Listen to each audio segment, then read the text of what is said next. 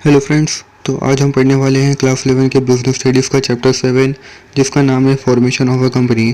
ये इस चैप्टर का वीडियो नंबर 6 है और इस वीडियो में हम पढ़ेंगे इनकॉर्पोरेशन स्टेज, यानी जो इनकॉर्पोरेशन जो रजिस्ट्रेशन स्टेज होती है कंपनी की, उसमें क्या होता है। उसके बाद इसके लिए जो डॉक्यूमेंट्स नेसेसरी हैं वो हम पढ़ेंगे। उसके बाद effect of the certificate of incorporation, यानी जो सर्टिफिकेट यानी इनकॉर्पोरेशन के बाद जो हमें सर्टिफिकेट मिलता है उसका इफेक्ट क्या होता है, यानी उसका इंपॉर्टेंस क्या होता है। तो हम इस वीडियो को शुरू करते हैं। शुरू करने से पहले आप हमारे चैनल फिट सीबीएसई पॉइंट को ज़रूर सब्सक्राइब करें ताकि आपको एजुकेशन रिलेटेड ऐसे और वीडियो देखने को मिले। तो incorporation of the company. After completing the formalities at the promotion stage, the promoter makes an application for the incorporation of the company। यानी कि जैसे ही प्रमोशन स्टेज ख़त्म होता है और जो प्रमोटर है उसने सारी डॉक्यूमेंट प्रिपेयर कर ली है, सारे जो प्रोफेशनल्स हैं उनको अपॉइंट कर लिया है और सारी डॉक्यूमेंट में उनके साइन ले लिए हैं, तो उसके बाद जो प्रमोटर होता है वो एक एप्लीकेशन देता है रजिस्टर ऑफ कंपनीज़ में कि उसको जो कंपनी है वो रजिस्टर करवानी है।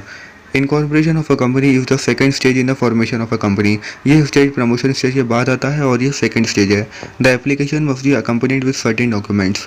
The documents are as follows. तो जो डॉक्यूमेंट है वो प्रमोटर ने वो पूरा साइन कर लिया है और प्रिपेयर कर ली है। तो जो डॉक्यूमेंट नेसेसरी डॉक्यूमेंट है जो सबमिट करनी पड़ती है वो हैं।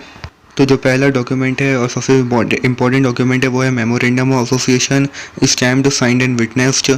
तो जो ये MOA है इसको स्टैम्प्ड होना चाहिए कंपनी का और ये साइन का हो जाना चाहिए बोर्ड ऑफ डायरेक्टर से, और ये विटनेस होना चाहिए, यानी कोई इसके लिए विटनेस भी होना चाहिए।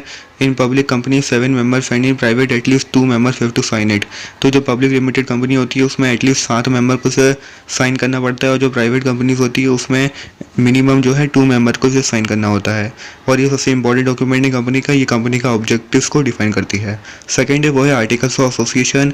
ये सब्सिडरी है MOA से, और जो ये डॉक्यूमेंट है इसमें rules and regulation regarding management पे जो रूल्स एंड रेगुलेशन फॉलो करने पड़ते हैं कंपनी को वो रहते हैं। थर्ड है वो है return consent of the propose directors.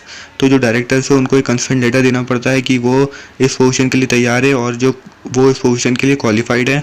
तो जो वो लेटर रहता है वो भी रजिस्ट्रार ऑफ कंपनी को सबमिट करना पड़ता है।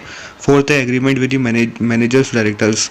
तो जो कंपनी का एग्रीमेंट होता है मैनेजर और डायरेक्टर्स के लिए कि वो उनकी कंपनी के लिए काम करें, तो जो वो एग्रीमेंट का डॉक्यूमेंट होता है वो भी सबमिट करना पड़ता है। फिफ्थ है copy of registrar's letter approving name of the company. तो जो नाम के लिए एप्लीकेशन जो यानी कि प्रमोटर ने जो एप्लीकेशन दिया था और जो वो एप्लीकेशन जो रजिस्ट्रार ऑफ कंपनी उसको पहले सबमिट कर दिया गया था और वो उसने अप्रूव कर दिया था रजिस्ट्रार ने, तो उसकी एक कॉपी रहती है वो भी सबमिट करनी पड़ेगी वापस से। सिक्स्थ है notice about the exact address of the registered office. तो जो पूरा एड्रेस होगा जहाँ पे ऑफिस होगा कंपनी का उसका एक नोटिस देना पड़ेगा। सेवन है receipt of payment of fees. तो जो फ़ी लगती है उसकी जो रिसिप्ट मिलेगी वो भी इन डॉक्यूमेंट के साथ देनी पड़ती है एज आ एविडेंस। तो इन सब डॉक्यूमेंट को देने के बाद और सारी लीगल फॉर्मेलिटीज़ को करने के बाद when the registrar is certified about the completion of all the formalities then the certificate of incorporation is issued to the company. तो जब सारी फॉर्मेलिटीज़ हो जाती हैं तो जो रजिस्ट्रार ऑफ कंपनी पे वो सर्टिफिकेट ऑफ इनकॉर्पोरेशन इशू कर देता है कंपनी के लिए। Certificate of incorporation signifies the birth of the company.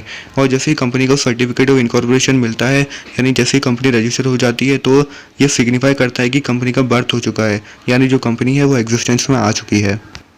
तो अब हम देख लेते हैं कि इफ़ेक्ट क्या होता है जैसे कंपनी को सर्टिफिकेट ऑफ इनकॉर्पोरेशन मिलता है तो उसका इफ़ेक्ट क्या होता है। A company is legally born on the date printed on the certificate of incorporation. तो जो डेट सर्टिफिकेट ऑफ इनकॉर्पोरेशन पे प्रिंटेड होगी यानी जिस डेट को कंपनी को सर्टिफिकेट ऑफ इनकॉर्पोरेशन बना था, तो उस डेट को जो वो डेट होगी उस दिन कंपनी बॉर्न हुई होगी legally. It becomes a separate legal entity with perpetual succession. तो जो कंपनी के सारे फीचर्स होते हैं कैरेक्टरिस्टिक्स होते हैं वो सब अब कंपनी को मिल जाते हैं, जैसे वो सेपरेट लीगल एंटिटी हो जाता है और उसको परपेचुअल सक्सेशन मिल जाता है। On such date it becomes entitled to enter into valid contract from that date. तो जैसे ही सर्टिफिकेट ऑफ इनकॉर्पोरेशन मिलता है तो जो भी कॉन्ट्रैक्ट्स होते हैं उनको एंटर कर सकती है अब कंपनी, क्योंकि उसे सर्टिफिकेट ऑफ इनकॉर्पोरेशन मिल चुका है। तो हम एक एग्जांपल देख लेते हैं कि the certificate of incorporation was issued on 24 August but the date printed on the certificate was 22nd August. The company is considered to be born on 22nd August and from that day onwards all dealings carried on will be considered legal. तो जो certificate of incorporation है वो 22nd अगस्त को ही बन चुका था, पर वो कंपनी के पास पहुंचा 24 अगस्त को।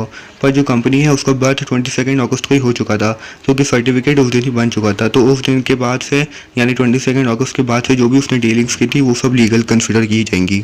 तो इस वीडियो में हमने पढ़ा कि कंपनी का रजिस्ट्रेशन कैसे होता है। सबसे पहले जो प्रमोशन स्टेज होती है, उसके बाद जो नेसेसरी डॉक्यूमेंट्स है जैसे कि MOA, AOA, consent of directors, agreement of company and managers, receipt of fee और भी बहुत सारी होती हैं। ये सब डॉक्यूमेंट को सबमिट करना पड़ता है रजिस्ट्रार ऑफ कंपनीज़ को, और जब वो सर्टिफाई हो जाता है तो वो सर्टिफिकेट ऑफ इनकॉर्पोरेशन दे देता है। जैसे ही सर्टिफिकेट ऑफ इनकॉर्पोरेशन मिलता है तो कंपनी का बर्थ हो जाता है और वो डीलिंग अपनी स्टार्ट कर सकती है, कॉन्ट्रैक्ट यानी स्टार्ट कर सकती है।